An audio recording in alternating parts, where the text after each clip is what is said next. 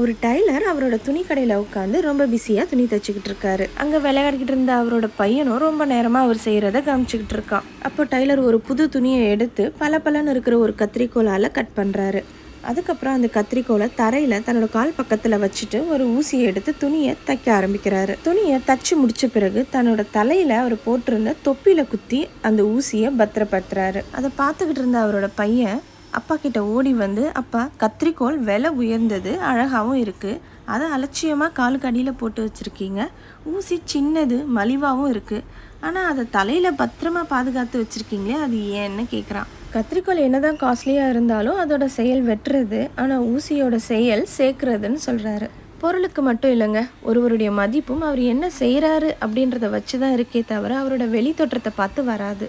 இந்த கதை உங்களுக்கு பிடிச்சிருந்தா லைக் பண்ணுங்கள், மறக்காமல் சப்ஸ்கிரைப் பட்டனையும் ப்ரெஸ் பண்ணிவிடுங்க. வேறு ஒரு குட்டி ஸ்டோரியோடு உங்களை நான் மறுபடியும் சந்திக்கிறேன்.